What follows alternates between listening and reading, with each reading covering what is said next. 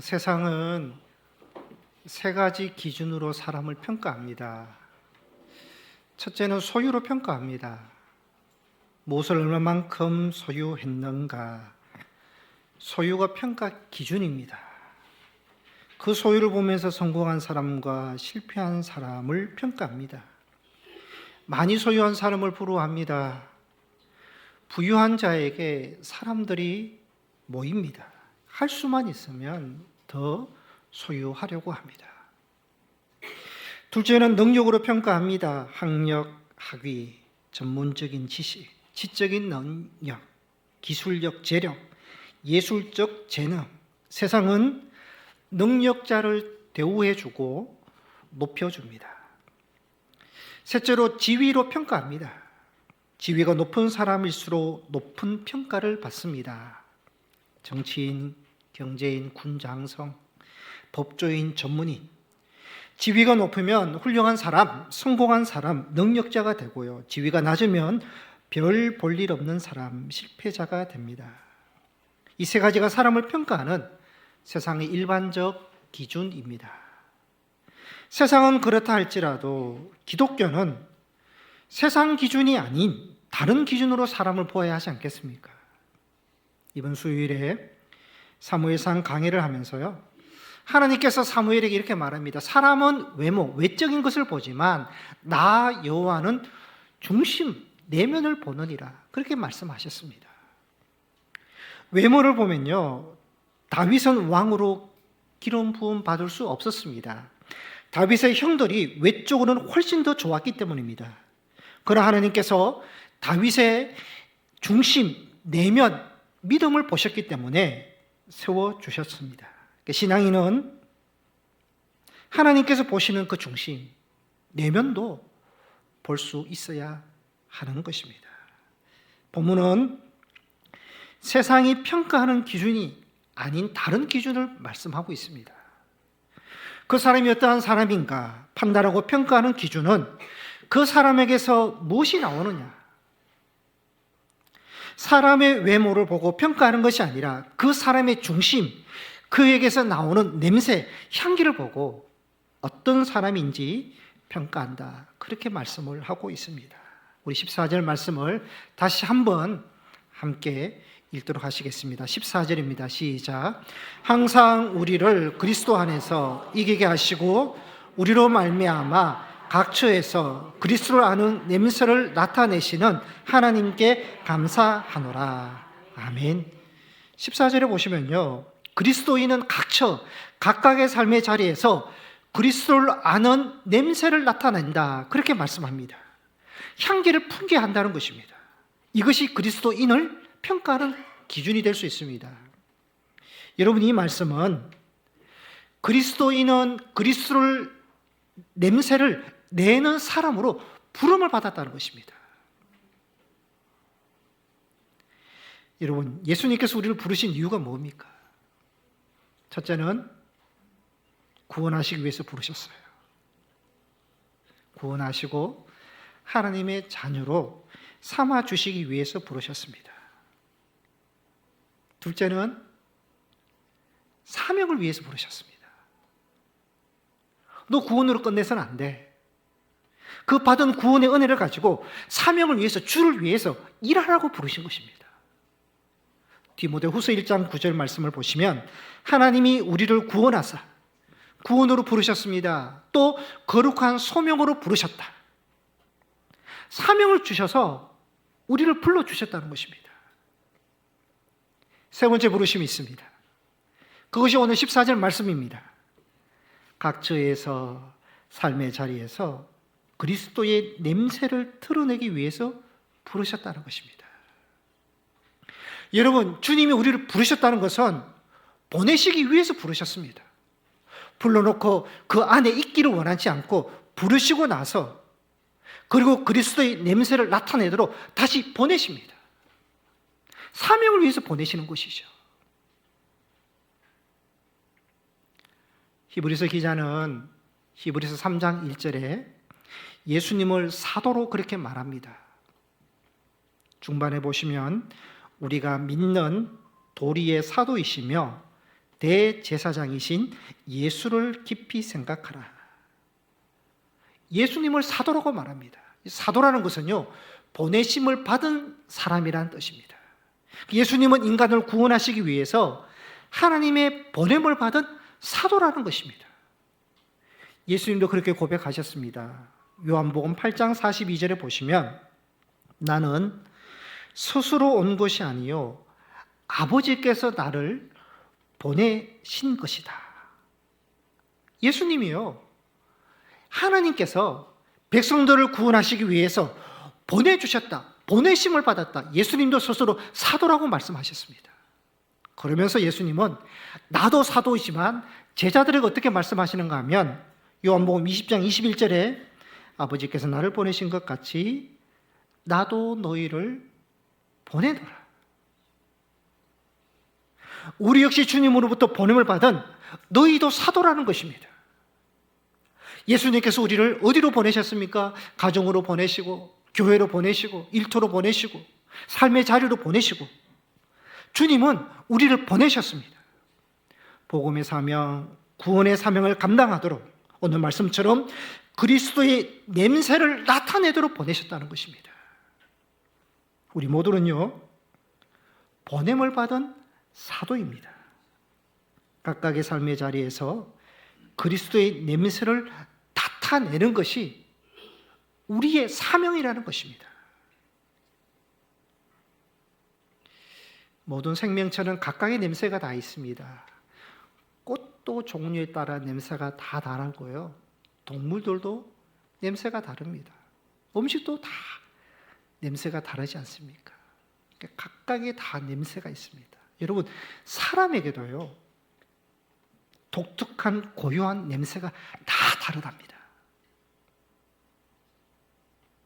전문적으로 훈련받은 개에게 어떤 사람이 입거나 사용하던 물건을 냄새 맡게 한 후에요, 그 사람을 찾도록 풀어놓으면 냄새를 추적해서 개는요, 그 사람을 찾습니다. 모든 사람이 냄새가 다 똑같다면 어떻게 찾을 수 있겠습니까? 냄새가 다 다른 겁니다. 사람에는 숨길 수 없는 그 사람만의 독특한 냄새, 특유한 냄새가 있다는 것이죠. 고유한 냄새가 있습니다. 시골에는 개를 키우기도 합니다. 시골의 한 교회에서 자란 개는요, 교인들이 들어오면 짖지 않습니다. 그러나 외부인이 오면요, 짖습니다. 교인들의 그 냄새는요, 일일이 다 알기 때문에 꼬리를 흔드는데요, 자기가 입력되지 않은, 알지 못하는 외부인의 냄새가 오면 공격하고 짖는 것입니다.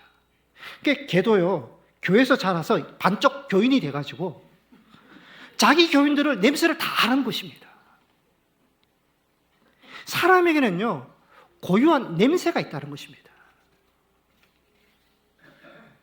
여러분, 우리 그리스도인도 오늘 여기에 많은 분들이 예배를 드리지만, 여러분, 우리가 맡지 못할 뿐이지 각각의 냄새가 다 있습니다. 다 다양합니다. 그러나 성도의 공통된 냄새는 뭐냐? 그리스도의 냄새. 그리스도의 냄새를 내게 해야 된다는 것입니다. 우리가 그리스도의 냄새를 내기 위해서는요, 우리 안에 예수님이 계셔야 되고 말씀이 있어야 됩니다. 여러분, 마음에 있는 것이 결국은 나오게 되어 있습니다. 사랑이 있으면 사랑이 나오는 것이고요, 은혜가 있으면 은혜가 나오고, 내가 기쁨이 있으면 기쁨이 나오는 것입니다. 그러니까 마음에 좋은 것이 있으면 향기로 나가지만, 여러분 마음에 다른 것이 있고 미움과 정오와 질투가 있으면 그것들이 나오는 것입니다. 그래서 그리스도의 냄새를 내기 위해서는요, 먼저 마음에 예수님과 말씀이 들어와야 됩니다. 여러분, 예수님이 우리 안에 계시면 우리 마음이 거룩하지 않겠습니까? 예수님이 내 안에 계시면 평안과 감사와 기쁨이 있고요, 결국은 우리 안에 있는 것이 냄새로 나가는 것입니다. 미국 볼티모어에 있는 존스 홉킨즈 대학의 외과 의사이고 교수이고 독실한 신앙인인 켈리 박사가 있습니다. 켈리 박사는 양복 이 앞주머니에 항상 장미꽃을 꽂고 다니는 습관이 있었습니다. 근데 하루 종일요, 꽃이 시들지 않고 금방 꽂은 장미같이 늘 싱싱했습니다. 그래서 학생이 묻습니다. 교수님, 꽃이 시들지 않는 비결이 무엇입니까? 켈리 박사가 이렇게 말합니다. 비법은 별것이 아니야. 양쪽 안쪽을 보여주면서 양복 안쪽에 작은 물병에 꽃을 넣어서요, 그렇게 항상 물병에 꽂혀 있는 꽃이기 때문에 시들지 않는 것입니다. 그러면서 중요한 말을 합니다. 우리가 이 세상에 다니면서 언제나 신선하고 아름답고 항상 향기를 내는 신사가 되려면 우리 생활의 뿌리가 이 장미꽃과 같이 그리스도의 생수 속에 담겨 있어야 된다. 그렇게 말을 했다고 합니다.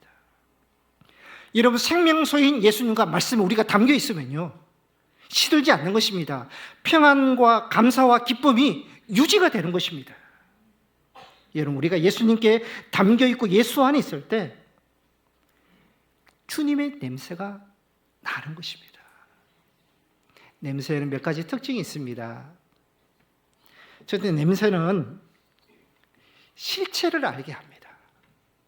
앞서 훈련받은 개는 그 사람의 냄새를 맡고 추적합니다. 옷의 냄새를 맡고 추적하는데 그 냄새의 본체, 냄새의 장본인인 사람을 찾아냅니다.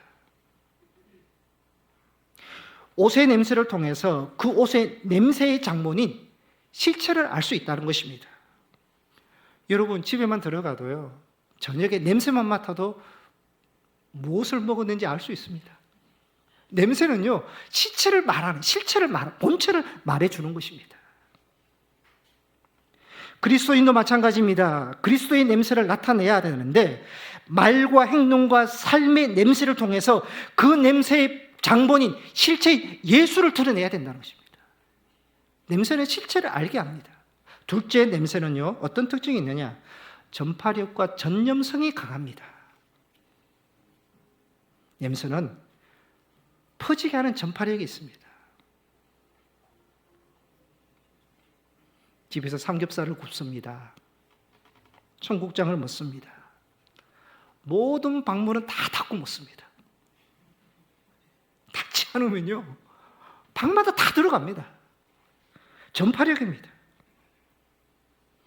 이런 아파트에 살면요, 윗집 담배 냄새로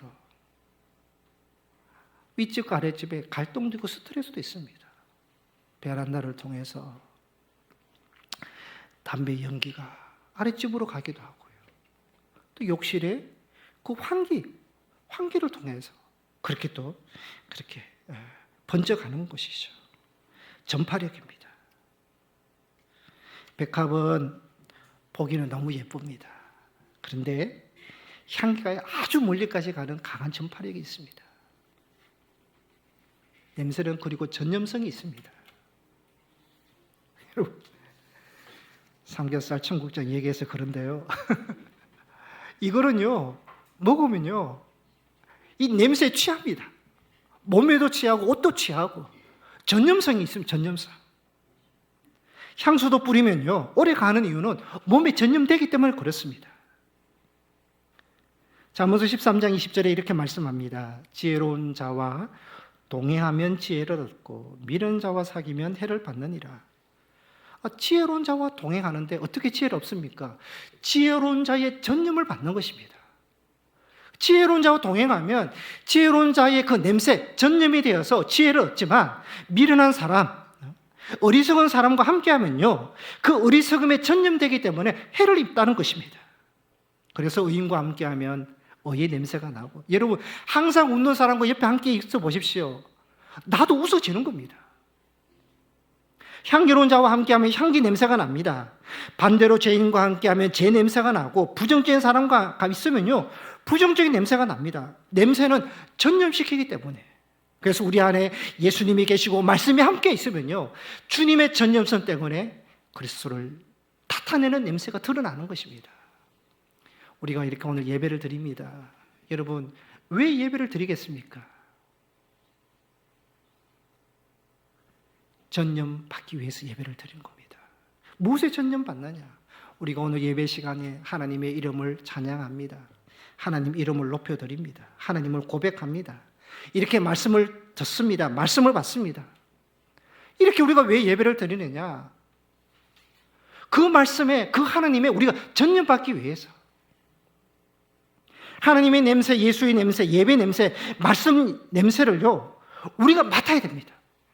맡아야지 그 냄새가 우리 몸에, 우리 마음에 배이게 되는 것이죠. 전념이 돼야지 한 주 동안도 말씀을 생각하면서 살게 되고, 한 주 동안도 우리가 하나님을 찬양했으니까 하나님과 예수님을 의식하면서 살게 되고, 예배에 우리가 은혜를 받으면 그 예배의 전념이 되니까, 내 마음에 배이게 되니까 은혜로 믿음으로 살게 되는 것입니다. 그래서 우리가 예배를 드리는 겁니다.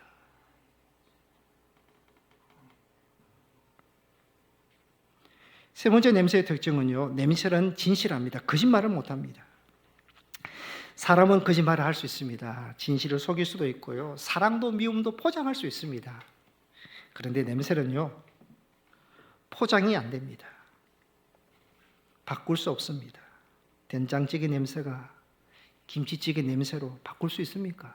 없습니다. 냄새는요, 그대로 전파되고 그대로 전염이 되는 것입니다. 여러분, 사람의 몸에서 향기가 날 수도 있고 악취가 날 수도 있습니다. 그것은요, 우리 안에 있는 그대로 나오는 것입니다. 우리가 향기면 향기를 드러낼 수 있고, 마음이 불편하고 미움이 가득하면 불편함이 드러나게 되어 있는 것입니다. 냄새는 바꿀 수 없고 숨길 수 없다. 그대로 드러난다. 네 번째 특징은요, 비울 때 냄새가 나옵니다. 향수를 뿌리면 향수통은 비워집니다. 근데 그 비울 때 그 비움으로 좋은 향, 상큼한 향이 나오는 것입니다. 검색을 하다가 제가 2년 전에 기사를 보았습니다. 첫 번째 기사는 30대 초반의 남성이요, 묻지마 살인하는 기사입니다. 이 남성은 신림동 번화가에서 일면식도 없는 행인들에게 흉기를 휘둘러서 한 명이 사망하고 3명에게 중상을 입혔습니다. 살해 동기가 뭐냐? 내가 불행하게 살기 때문에 남들도 불행하게 만들고 싶었다. 이게 이유입니다. 이 남성의 분노, 미움, 원망, 증오 가득 차 있는데요, 이것을 피우지 못하니까 폭발하는 것입니다. 이 남성에서 나는 냄새는 악취, 짐승의 냄새, 사탄의 냄새죠. 괴물 냄새죠. 또 하나의 기사를 보았습니다. 50대 여성에 관한 기사입니다. 50대 여성이 운동 중에 갑자기 쓰러져서 뇌사 상태에 빠집니다. 뇌사 장기 기증으로 5명에게 심장과 폐, 간, 좌우 신장을 기증하고 인체 조직 기증으로 100여 명에게 희망을 주고 세상을 떠났다는 기사입니다. 저는 이 여성의 가족이 더 대단합니다. 그 남편과 자녀가요, 갑작스럽게 찾아온 아내의 죽음, 어머니의 죽음이 큰 슬픔이고 고통이었는데, 고인이 평상시 어려운 사람을 돕고 베푸는 삶을 살았다는 그 뜻을 받들어서 고인의 모든 장기를 다 기증한 것입니다. 여성은 나누고 섬기는 삶을 살았고, 향기로운 냄새를 풍기는 삶을 살았고, 마지막까지 어려운 자들에게 희망과 생명을 주고 떠났던 것입니다. 기사 마지막에 이런 감동적인 글이 있었습니다. 나에게 풍족한 것을 나누는 것도 힘들지만 나에게 소중한 것을 나누는 것은 정말 대단한 일이다. 삶의 마지막 순간까지 희망을 주고 갔다. 그러한 글이었습니다. 여성에게 나는 냄새는 향기 냄새, 감동을 주는 냄새였습니다. 여러분, 첫 번째 기사는요, 자신을 비우지 못하니까 정오와 분노와 미움과 불행, 이것이 가득하니까요, 이 악취, 괴물 냄새가 납니다. 그런데요, 두 번째 여성은요, 고인의 가족이 슬픔과 고통 속에도 비움을 통해서 좋은 향기를 냈다는 것입니다. 앞서 사람에는 고유한 냄새가 있다고 했습니다.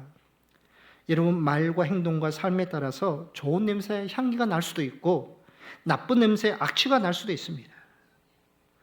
좋은 냄새와 향기는요, 자기를 비울 때 나는 냄새입니다. 그러나 그것을 비우지 못하면 욕망과 욕심, 탐욕과 분노, 미움, 원망이 가득 차면요, 결국은 악취가 나는 것입니다. 비우느냐, 비우지 못하냐에 따라서 천사가 될 수 있고 짐승이 될 수 있는 것입니다. 여러분, 그리스도의 냄새를 내는 자들도 마찬가지입니다. 내 안에 내 생각과 내 감정이 가득 차면요, 가득 차면 그리스도의 냄새를 낼 수 없습니다. 비 올 때 그리스도의 냄새를 낼 수 있는 것입니다.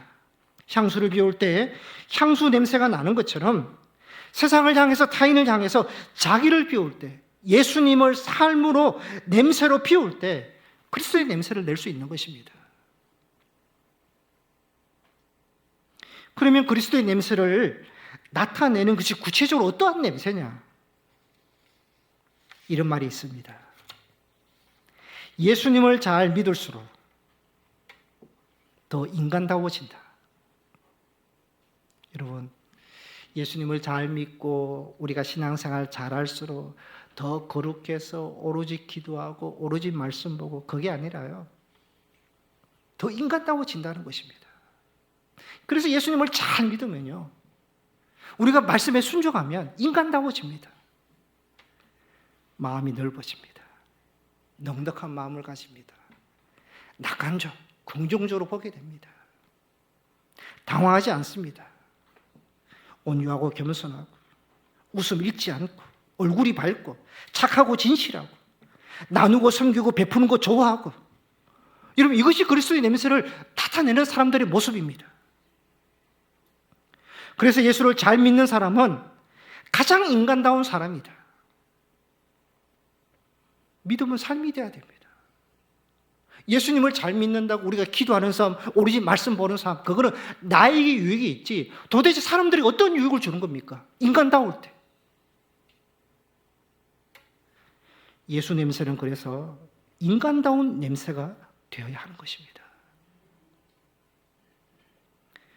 바울은 14절에서 그리스도의 냄새라 말했고요, 15절에서는 그리스도의 향기라 말합니다. 그리스도의 향기는 누구에게나, 구원받는 자들에게나 망하는 자들에게나 하나님 앞에서 그리스도의 향기가 되어야 된다. 그러면 16절에 그 향기를 인정하고 받아들이는 사람에게는 생명이 이르는 냄새가 되지만, 그 향기를 인정하지 않고 불신하고 거부하는 사람에게는 사망이 이르는 냄새가 된다. 그렇게 말씀을 하고 있습니다. 15절에는 구원과 멸망이 나오고요, 16절에는 사망과 생명이 나옵니다. 여러분, 구원과 멸망, 사망과 생명, 누가 주는 겁니까? 이 문제는 인간이 해결할 수 있는 것 아닙니다. 오직 예수님만이 해결할 수 있는 부분입니다. 예수님은요, 생명과 사망을 결정하는 기준입니다. 그 예수를 믿고 영접하는 자들에게는 생명, 영생이 있고, 예수님을 불신하고 거부하는 자들에게는 사망과 심판이 있는 것입니다. 예수님의 생애를 통해서 우리가 알 수 있습니다.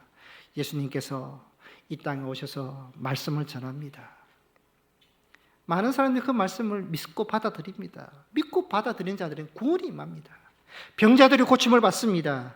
예수님이 가시는 곳곳마다 믿는 자들에게 생명의 역사, 생명의 향기가 일어납니다. 그런데 그 예수님을, 말씀을 불신하고 거부하는 자들이 있었습니다. 당시 종교 지도자들은 자기들의 기득권과 명예를 지키기 위해서 불신하고 정오하고 죽이려고 했습니다.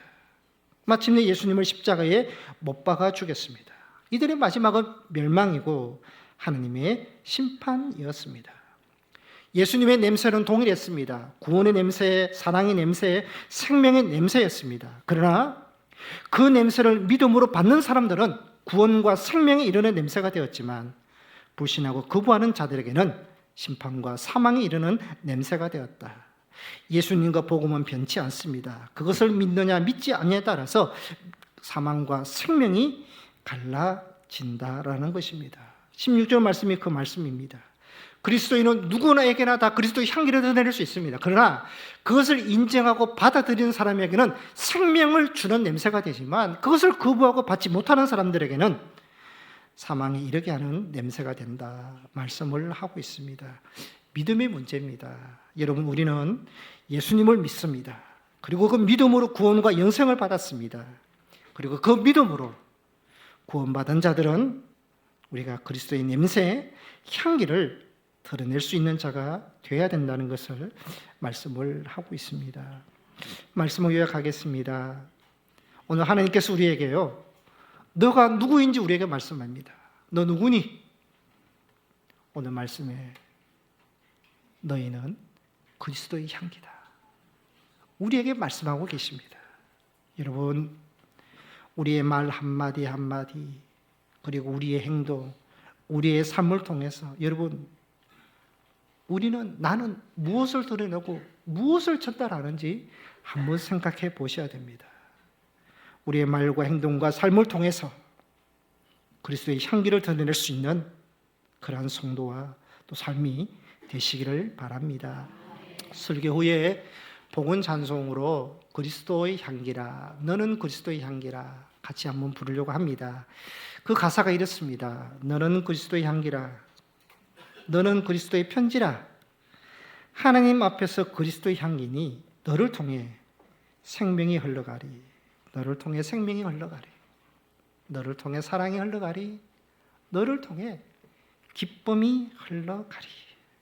여러분, 오늘 우리가 말씀을 듣고 또 찬양을 하실 때 이 가사처럼 우리가 그리스도의 향기가 되어서 우리를 통해 생명이 흘러가고 사랑이 흘러가고 기쁨이 흘러가는 그러한 결단과 다짐이 있는 찬양이 되시기를 바랍니다. 갈라디아서 1장 24절에 이런 말씀이 있습니다. 우리 함께 같이 읽겠습니다. 나로 말미암아 하나님께 영광을 돌리리라. 바울의 고백입니다. 나로 말미암아, 나도 하나님께 영광을 돌리고 나로 말미암아 주변 사람들이 하나님께 영광을 돌리리라. 이렇게 선포했습니다. 여러분, 우리로 말미암아, 나로 말미암아 내 주변 사람들이 예수를 알고 그리스도의 냄새를 맡고 나로 말미암아 내 주변 사람들이 그리스도의 사랑을 접하게 된다면 우리는 그리스도의 향기가 되는 것입니다. 우리로 통해서, 나를 통해서 예수를 드러내고 주께 영광이 되는 여러분들이 되시기를 축복합니다. 기도하시겠습니다.